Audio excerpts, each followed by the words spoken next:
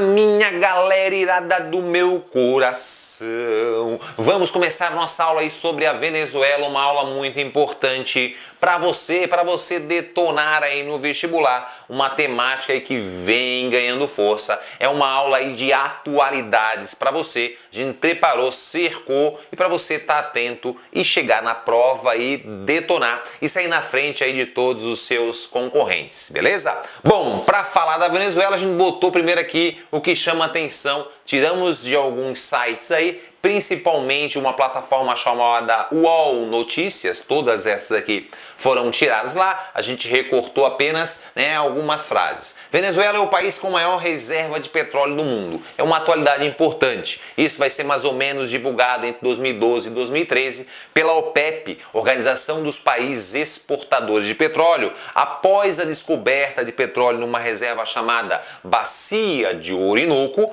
nós temos ali, obviamente, uma grande reserva de petróleo. Tá? Essa reserva de petróleo é superior a 270 bilhões de barris de petróleo. Então isso, claro, que dá força para a Venezuela, deu muita força naquela época.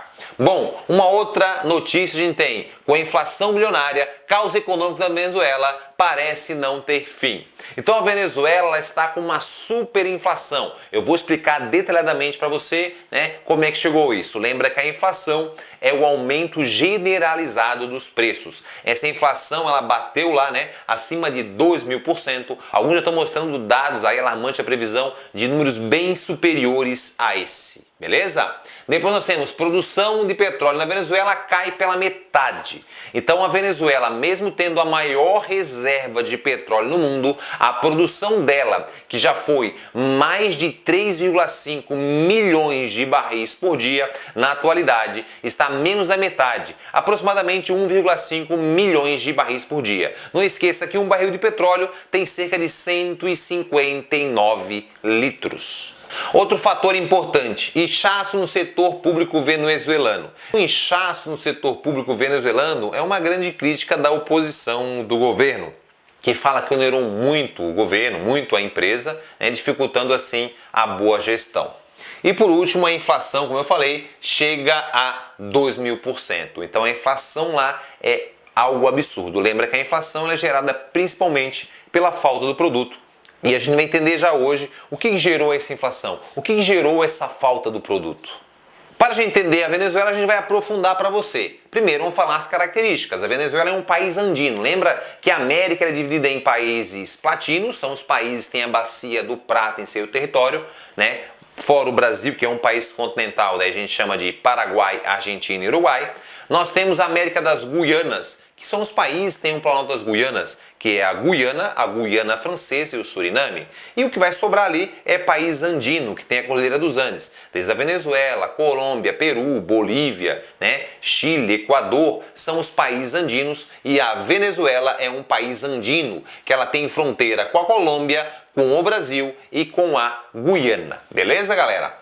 Esse país, ele é um país que tem quase 1 milhão de quilômetros quadrados, 915 mil quilômetros quadrados, uma população acima de 30 milhões de habitantes. Essa população, a maior parte de origem indígena, são chamados os eurameríndios, beleza? 67%, 21% aí descendendo da sua colonização espanhola, principalmente, 21% os ibéricos, e nós temos 10% de afro-americanos e 2% de ameríndios, aí que é a população mesmo indígena original. O nome oficial da Venezuela é República Bolivariana da Venezuela. Esse nome, claro, foi mudado ali oficialmente. Nós temos os países bolivarianos, em muita homenagem a Simón Bolívar. Nós já vamos entender também isso aí. A economia da Venezuela ela é baseada em petróleo e gás natural. A maior parte da economia venezuelana vai estar ligada à exploração de petróleo e também de gás natural. Outros produtos de destaque, nós vamos falar para vocês a bauxita, o ferro e o manganês. Também ela tem essa extração de minérios. Para a gente entender toda essa crise venezuelana, que é o que chama mais atenção, a gente fez aqui uma cronologia explicando para você o que foi acontecendo. Primeiro, em 1989, a gente entendeu, o presidente era o Pérez aqui, né? A Venezuela, ela sofria muita crise econômica, não era um país maravilhoso, era um governo de direita que defendia o liberalismo, beleza? E essas reformas feitas liberais pelo governo de Pérez geram uma certa insatisfação da população. O número de desemprego era muito alto, o número de homicídios era muito alto, a violência, né, o preço dos produtos, a tributação estava ficando muito elevada. A população ela se revolta e sai para as ruas, em Caracas, né, a capital. Isso foi conhecido como Caracazo. A galera sai para a rua, se revolta. O governo, para se proteger, pede a força do exército e milhares de pessoas são mortas. Não tem um número preciso, mas estima-se que até 3.000 pessoas podem ter morrido nesse Caracazo. Muitas pessoas elas foram jogadas em valas e foram tidas como desaparecidas. Aí em 92, um grupo desses militares que promoveram lá o Caracazo, eles acabaram ficando insatisfeitos, acharam que a violência foi muito excessiva e eles vão tentar derrubar o presidente Pérez, tentar um golpe. Porém, eles vão fracassar. E nesse golpe, com esses militares, tinha um cara aí que você ouviu falar, o Hugo Chávez. Sim, o Hugo Chávez, ele fazia parte disso e ele foi preso. Em 93, a insatisfação da população foi muito grande e, claro, saindo para as ruas, pedindo a derrubada do governo, nós temos lá algo que você conhece muito bem, que é o impeachment. Tivemos sim o impeachment do presidente Pérez lá na Venezuela. Com esse impeachment, nós temos depois ali a libertação de todos os presos políticos. E Hugo Chávez, ele vai sair do presídio e ele vai se candidatar a presidente. Lá em 98, ele vai vencer a eleição com todo o seu discurso anti-Estados Unidos.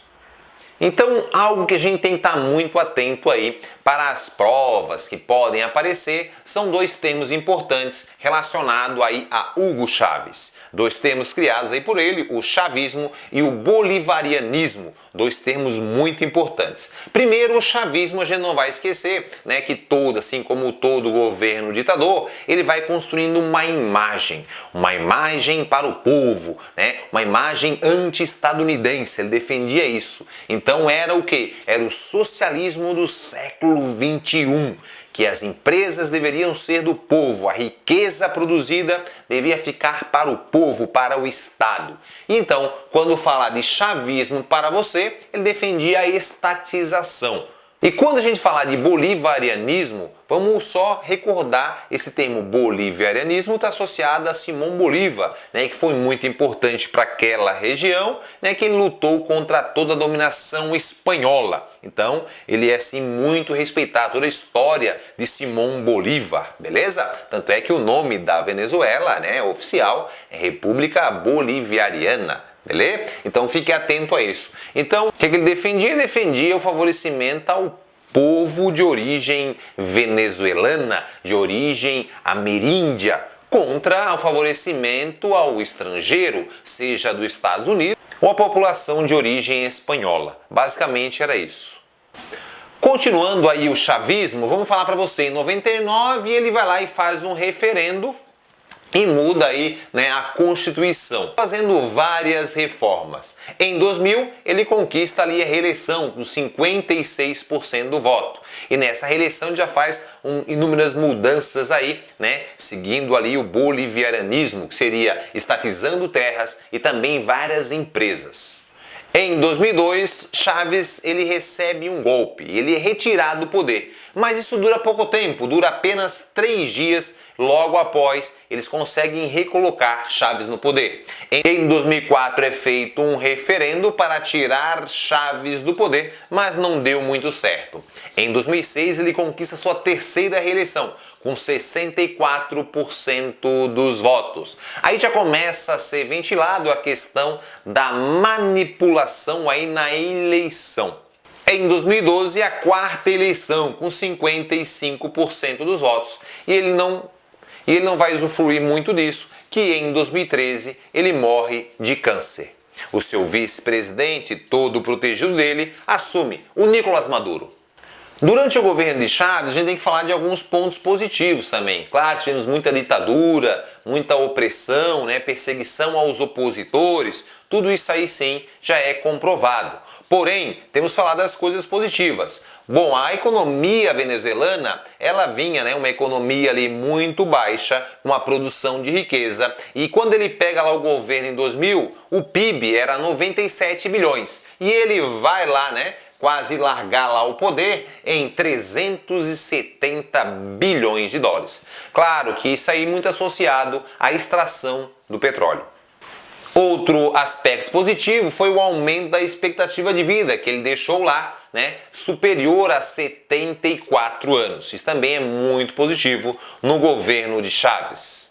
Bom, continuando aí falando para você de todo esse movimento de esquerda, esse movimento chavista na Venezuela, Nicolás Maduro vai se candidatar e vence a eleição muito disputada com 51% dos votos, beleza? Porém, algo novo acontece. Em todo o mandato do Chávez, ele sempre tinha a maior parte do Congresso. A maior parte do Congresso eram políticos que apoiavam o seu governo. Já o Nicolás Maduro, em 2015, ele vai lá e não consegue eleger a maior parte da bancada. A maior parte fica para a oposição, dificultando assim muito o seu governo. E aí a crise vai realmente ter um grande início. Marcelo, mas a crise começa aqui? Não, a gente sabe que a crise também está muito associado a algumas medidas feitas pelo governo venezuelano.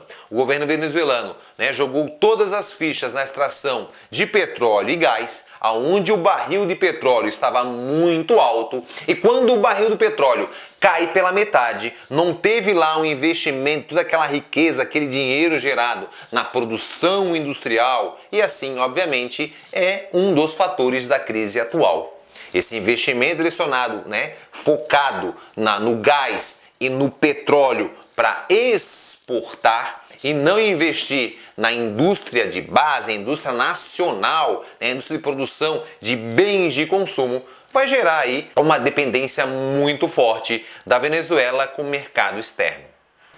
E com essa crise, com essa dependência, quem vai sofrer é o povo. Então, dados atuais, a mortalidade infantil, ela aumentou 30%. Como eu falei para vocês, a falta do investimento industrial vai gerar a falta do produto. A falta do produto vai gerar a inflação, que de cara aí nos primeiros anos já supera 200%. E na atualidade é esperando 2.000%, até com números mais elevados. Beleza? Então a gente tem que entender. Então a crise atual está associada à questão política e econômica. Política primeiro pela questão interna do país, da Venezuela, onde a maior parte da oposição é contra o governo, dificulta assim as medidas do governo. Também a questão do preço do barril do petróleo, que cai pela metade do barril do petróleo.